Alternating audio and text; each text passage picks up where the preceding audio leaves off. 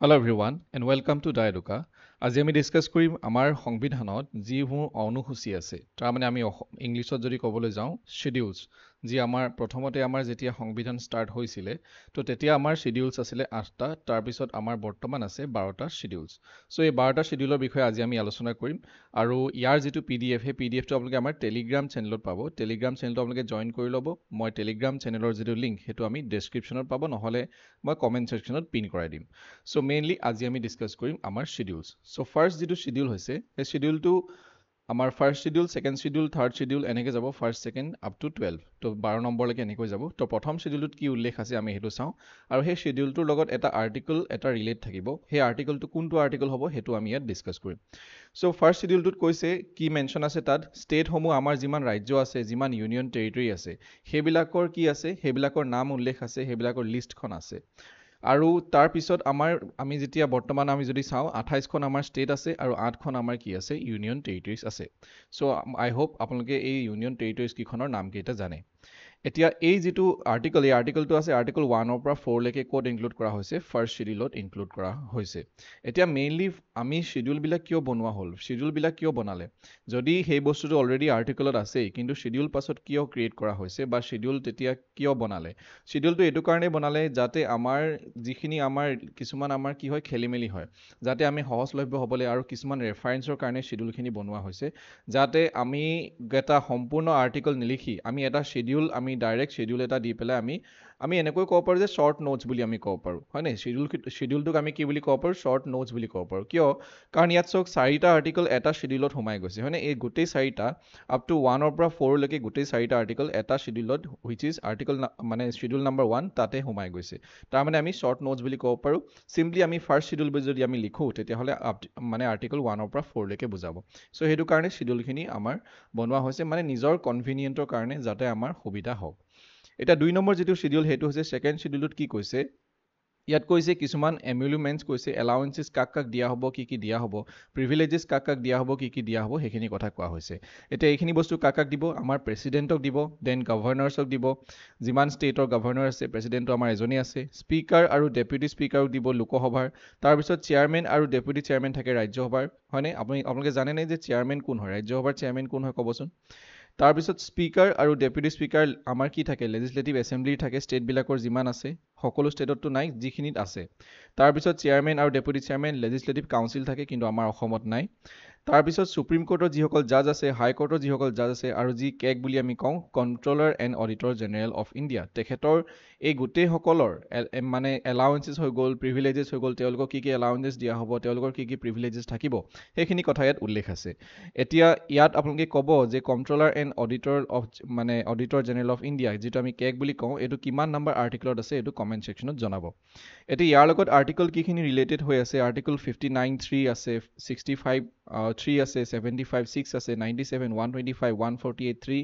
158(3) 164(5) 186 and 221 এতিয়া এই গোটেই আৰ্টিকলখিনি যদি আপোনালোকে ওৱান ডে এক্সামৰ কাৰণে প্ৰিপেয়াৰ কৰিছে গোটেই আৰ্টিকলখিনি আপোনালোকে মনত ৰাখিবলৈ কোনো প্ৰয়োজন নাই তো সিম্পলি আপোনালোকে কি মনত ৰাখিব জাস্ট এই মানে কি কথা উল্লেখ আছে হেতু মনত ৰাখিলেই হ'ল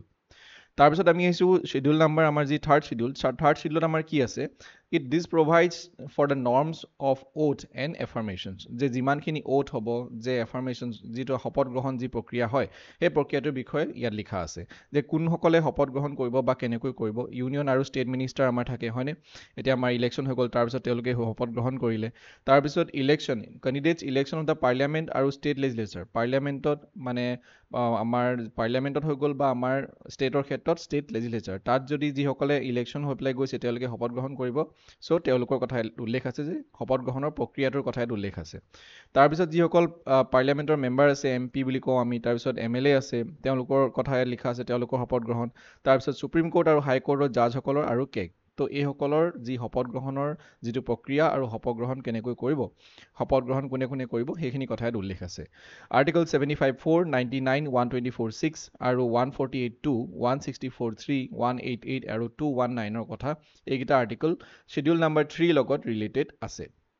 নেক্সট আমি আহিছো ফোৰ্থ শিডিউল ইয়াত কি কৈছে যে ফোৰ্থ শিডিউলে প্ৰভাইড কৰে it provides for the number of seats যে ৰাজ্যসভাত হৈ গ'ল হয়নে যেটো আমি কাউন্সিল অফ ষ্টেট বুলি কওঁ আৰু each state or union territory in the council of state Rajya Sabha তো ৰাজ্যসভাত কিমান সিট থাকিব হেতুৰ কথা ইয়াত উল্লেখ আছে আৰ্টিকল 4(1) আৰু আৰ্টিকল 82 কথা ইয়াত উল্লেখ আছে তো আৰ্টিকল 82 আপোনালোকে পঢ়িব আৰু আৰ্টিকল 4 টো আমি অলৰেডি পঢ়িছো সো 4th শিডিউলত আমাৰ এইটো কথা উল্লেখ আছে যে ৰাজ্যসভাৰ সিটৰ কথা ইয়াত উল্লেখ আছে সো তেওঁলোকে প্ৰথমে কি কৰিব প্ৰথমে শপত গ্ৰহণ কৰিব তাৰ পিছত তেওঁলোকে নিজৰ নিজৰ সিট গ্ৰহণ কৰিব Fifth schedule মই লাষ্টত আকৌ এবাৰ কৈ দিম বাৰু Fifth schedule ইয়াত কি কৈছে যে Fifth schedule কৈছে যে it deals with the administration যে যিবিলাক schedule areas আছে যিবিলাক schedule tribes আছে schedule area আৰু schedule tribe তেওঁলোকৰ সেই কিডোখৰ জেগা আৰু সেই মানুহখিনিৰ যি এডমিনিষ্ট্ৰেশ্যন কেনেকৈ হ'ব কন্ট্ৰোল কেনেকৈ হ'ব সেই কথাটো ইয়াত 5th schedule লিখা আছে আৰ্টিকল 244(1) ত ইয়াৰ কথা উল্লেখ আছে নেক্সট হৈছে আমাৰ 6th schedule 6th schedule কি উল্লেখ আছে it deals with administration tribal areas যিবিলাক আমাৰ tribal areas আছে এইটো বহুত ইম্পৰ্টেন্ট আমাৰ অসমৰ কাৰণে ইম্পৰ্টেন্ট কাৰণ ইয়াত স্পেশাল মেনশন অসমৰ কথা ইয়াত উল্লেখ আছে in the states of Assam Meghalaya Tripura and Mizoram তো আমি এইটো এনেকৈ মই ৰাখিব পাৰো AMTM বা ATM মানে ATMM so ATM তো আমি ইউজ কৰো ATM দেন আকৌ M বা AMTM যেনেকৈ AMPM থাকে তো AMTM আমি ইউজ কৰিব পাৰো মনত ৰাখিব পাৰো so আসাম মেঘালয় ত্ৰিপুৰা আৰু মিজোৰাম so মিজোৰামটো আমি মণিপুৰৰ লগত কনফিউজ নকৰো so মেইনলি আমাৰ কথাটো হ'ল যে আসাম মেঘালয় ত্ৰিপুৰা মিজোৰামৰ যি ট্ৰাইবেল এৰিয়া হয় এই ট্ৰাইবেল এৰিয়াৰ যি এডমিনিষ্ট্ৰেশ্যন তাৰ কথা ইয়াত উল্লেখ আছে আৰ্টিকল ইয়াৰ লগত কি ৰিলেটেড আছে আৰ্টিকল 244(2) আছে আৰু 275(1) আছে নেক্সট হৈছে 7 নম্বৰ যিটো শিডিউল অনুসূচী 7 নম্বৰ অনুসূচী ইয়াত কোৱা হৈছে যে ইয়াত মেইনলি তিনিখন লিষ্ট আছে সেই তিনিখন লিষ্টত যিখিনি টপিক উল্লেখ আছে যিখিনি সাবজেক্ট উল্লেখ আছে এই সাবজেক্টখিনি কোনে কোনে চলাব সেইখিনি কথা ইয়াত উল্লেখ আছে it includes 3 list for determining the legislative authority যে যোনে এইখিনি কামখিনি কৰিব সেইখিনি কথা বিভিন্ন সাবজেক্ট ইয়াত উল্লেখ আছে যেনেকৈ প্ৰথমটো হৈছে union list then state list তাৰ পিছত হৈছে আমাৰ কনকাৰেন্ট লিষ্ট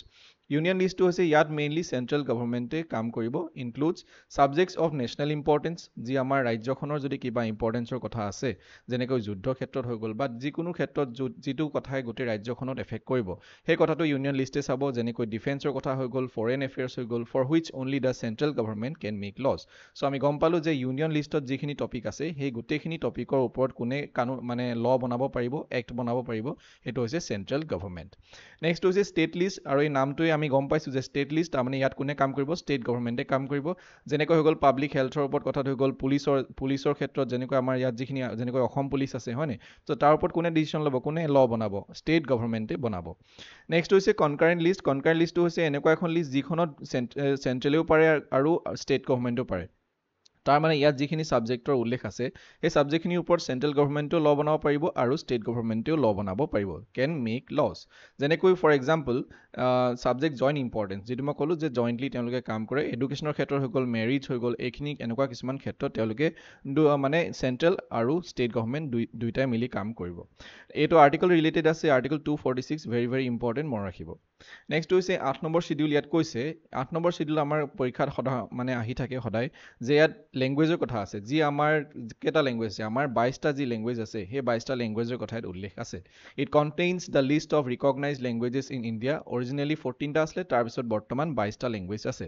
এই 22টা লেংগুৱেজৰ ভিতৰত কি আছে আছামিজ হৈ গ'ল বেংগলী বড়ো ডগৰী গুজৰাটী হিন্দী কানাডা কাশ্মীৰী কংকৰ্ণী মিথিলি মালায়ালাম মণিপুৰী মাৰাঠী নেপালী উৰিয়া পাঞ্জাবী সংস্কৃত সন্থিলি সিন্ধি তামিল তেলেগু উৰ্দু এইকেইটা আপোনালোকে এইটো কাৰণে মনত ৰাখিব পাৰে কাৰণ এক্সামত আপোনালোকৰ কুৱেশ্যনটো এনেকৈ আহিব বা অলৰেডি আহি গৈছে যে কোনোবা এটা লেংগুৱেজ আপোনাক দি দিব সেই লেংগুৱেজটো এই 8 শিডিউলত মানে আছে নে নাই আপোনালোকক সেইটো কুৱেশ্যন সুধিব তেতিয়াহ'লে সেইটো জানিবলৈ আপোনালোকে 22টা লেংগুৱেজ কি হয় আপোনালোকে সেইটো জানিব লাগিব এইটো আৰ্টিকল ৰিলেটেড আছে আৰ্টিকল 341(1) আৰু আৰ্টিকল 351 নেক্সট আহিছো 9 নম্বৰ যিটো শিডিউল হেয়াত কি কোৱা হৈছে 9 নম্বৰ শিডিউলটো পাছত এড কৰা হৈছে এইটো ফাৰ্ষ্ট এমেণ্ডমেণ্ট কৰি পেলাই আমি এড কৰিছো বেসিক্যালি এইটো এড কৰা হৈছিলে 1951 ফাৰ্ষ্ট এমেণ্ডমেণ্ট এক নম্বৰ যিখন এমেণ্ডমেণ্ট কৰিছো সেইখনত 1951 ৰ যোগেদি এইটো 9 নম্বৰ শিডিউলটো আমি ইয়াত এড কৰিছো ইয়াত কৈছে এই 9 নম্বৰ শিডিউলটোৱে কি কৰে বাকি যিবিলাক এক্ট আছে বাকি যিবিলাক আমাৰ ৰুলছ এণ্ড ৰেগুলেশ্যনছ আছে বাকি যিবিলাক এক্ট আছে সেই এক্টবিলাকক কি কৰে প্ৰটেক্ট কৰে এক প্ৰকাৰ প্ৰটেক্ট কৰে এতিয়া আমি জানো যিবিলাক আমাৰ যদি ফাণ্ডামেণ্টেল ৰাইটছ যদি আমাৰ হানি হয় কোনোবা এটা এক্টে যদি আমাৰ ফাণ্ডামেণ্টেল ৰাইটছ হানি কৰিছে তেতিয়াহ'লে সেই এক্টটো আমাৰ মানে নাথাকে আৰু সেই এক্টটো আঁতৰাই দিব সুপ্ৰিম কোৰ্টে নিজে তেতিয়াহ'লে কিছুমান ক্ষেত্ৰত এনেকুৱা হয় যে আমাৰ সেই একটো আমাৰ ফাণ্ডামেণ্টেল ৰাইটছ হানি নহ'লেও কি হয় সেই বস্তুটো আমাৰ কেতিয়াবা ডিক্লেয়াৰ্ড মানে ভইড নাল এণ্ড ভইড ডিক্লেয়াৰ কৰি দিয়া হয় চ' সেই তেনেকুৱা ধৰণৰ ক্ষেত্ৰত এই 9 নম্বৰ শ্বেডিউলটোৱে কি কৰিব প্ৰটেক্ট কৰিব আৰু এইটো একচুৱেলি এই তেতিয়াই মানে সেই চিটুৱেশ্যনটোৰ ওপৰত বেছ কৰি পেলাই বনোৱা হৈছিলে আৰ্টিকল যিহেতু আমাৰ এইটো ফাৰ্ষ্ট শ্বেডিউল আৰু মানে ফাৰ্ষ্ট এমেণ্ডমেণ্ট আৰু এইটো 1951ত যিহেতু কৰা হৈছিলে আমাৰ জাষ্ট ভাৰত স্বাধীন হোৱাৰ পিছতে চ' এইটো আৰ্টিকলৰ লগত আমি যদি চাওঁ আৰ্টিকল 31B লগত ৰিলেটেড এতিয়া আপোনালোকে ক'বচোন আৰ্টিকল 31টো কি হয় নেক্সটত আমি আহিছোঁ 10 শ্বেডিউল 10 শ্বেডিউলত কি কোৱা হৈছে 10 শ্বেডিউলত আমাৰ কোৱা হৈছে যে এণ্টি ডিফেকশ্যন ল বুলি এটা ল আছে যে এইটো দল বাগৰা ল বুলি কোৱা হয় দল বাগৰা যিটো নিয়ম যে আপুনি এটা দলত জয়ী হৈ পেলাই আৰু আপুনি বেলেগ এটা দললৈ যাব নোৱাৰে ইয়াৰ বিষয়ে আমি বেলেগ এটা মই নেক্সট ক্লাছত ডিছকাছ কৰিম যে এণ্টি ডিফেকশ্যন ল কি হয় এইটো আমি জানিব লাগে মেইনলি দল বাগৰা আপুনি এটা দলৰ পৰা আন এটা দললৈ যদি যাব খুজিছে তাৰ কিছুমান নিয়ম কানুন আছে আৰু সেই নিয়ম কানুনৰ আপুনি যদি নিয়ম কানুন মানি নচলে তেতিয়াহ'লে আপোনাক সেই দলৰ পৰা উলিয়াই পঠিওৱা হ'ব It contains provisions relating to the disqualification যে আপোনাক কেনেকৈ ধৰণে আঁতৰাব পাৰে যদি আপুনি দল বাগৰ কৰে বা আপুনি বেলেগ এটা দললৈ যদি যায় of the members of parliament হওক বা আপোনাৰ ষ্টেট লেজিসলেচাৰ হওক তাৰ পৰা আপোনাক আঁতৰাব পাৰিব মানে যদি আপুনি তাৰ যদি মেম্বাৰ হয় এইটো 10 শ্বেডিউল হয় এইটো এমেণ্ডমেণ্ট কেতিয়া কৰা হৈছিলে এইটো এমেণ্ডমেণ্ট কৰা হৈছিলে 52nd এমেণ্ডমেণ্ট আৰু এইটো কেতিয়া কৰা হৈছিলে 1985ত চ' এইটো এণ্টি ডিফেকশ্যন ল যাতে তেওঁলোকে দল বাগৰিব নোৱাৰে আৰু যদি পাৰেও কিন্তু কিছুমান নিয়ম আছে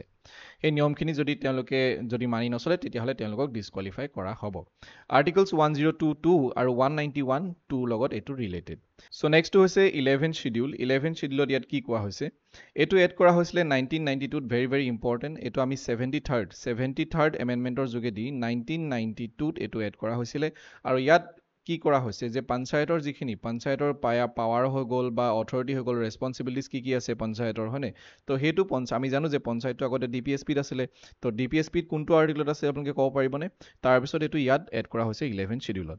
it contains 29 functional items of the panchayat তাৰমানে 29টা ফাংচনেল আইটেমছত মানে এইখিনি তেহেঁতৰ পঞ্চায়তৰ ৰেছপঞ্চিবিলিটি যেনেকৈ এক্সাম্পল হিচাপে এগ্ৰিকালচাৰ হৈ গ'ল লেণ্ড ইম্প্ৰুভমেণ্ট হৈ গ'ল ইমপ্লিমেণ্টেশ্যন অফ লেণ্ড ৰিফৰ্ম হয়নে আমি লেণ্ড ৰিফৰ্মৰ কথা পঢ়িছোঁ ছইল কনজাৰ্ভেশ্যন হৈ গ'ল এইবিলাক এক্সাম্পল যে এনেকুৱা কিছুমান টপিকৰ ওপৰত